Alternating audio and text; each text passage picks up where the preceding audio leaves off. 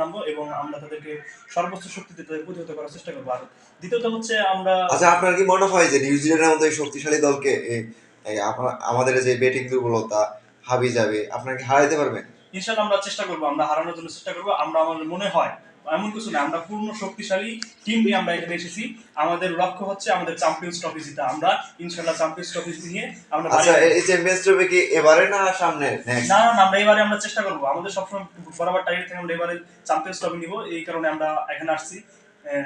Animal questions I have no answer, it's okay, ঠিক আছে। আচ্ছা আচ্ছা ভাই, আর ওকে ওকে। আজকের ম্যাচ হারার পরেও কি কারণে বা আপনার মনে হয়েছে যে আপনার একটু দরকার, ইমপ্রুভমেন্ট দরকার, কিংবা পরবর্তী ম্যাচের যে বিষয়গুলো থাকে এটা আপনি কিভাবে দেখবেন? পরবর্তীতে আমরা হচ্ছে যে আমাদের যেখানে আমরা শিক্ষা নিব, আমরা এখান থেকে যেমন আমাদের ব্যাটিং লাইন আপটা একটু ভোগান্তিতে পড়েছিল, বোলিংটা অনেক চেষ্টা করেছেন এই অল্প রানের ভিতরে, মানে যে লাইন যে রান রেটটা ছিল সেই রান রেটের ভিতরে আটকে রাখাটা খুবই টাফ, বিশেষ করে ভারতের দলের সাথে। সো এই জিনিসটা বিবেচনা করে আমাদের যে পরবর্তী পদক্ষেপ যেটা হবে, আমরা চাইবো আমাদের টপ অর্ডারে ভালো কিছু করার জন্য, এবং সবসময় চাইবো যে যাতে টপ অর্ডারে ভালো করলে আমাদের দলের উপরে যেটা ভারসাম্য থাকে, সবাই যাতে সুন্দরভাবে ম্যাচটা পরিচালনা করতে পারে, করতে পারে, এই কারণে। ঠিক আছে, আর নো মোর কোশ্চেন।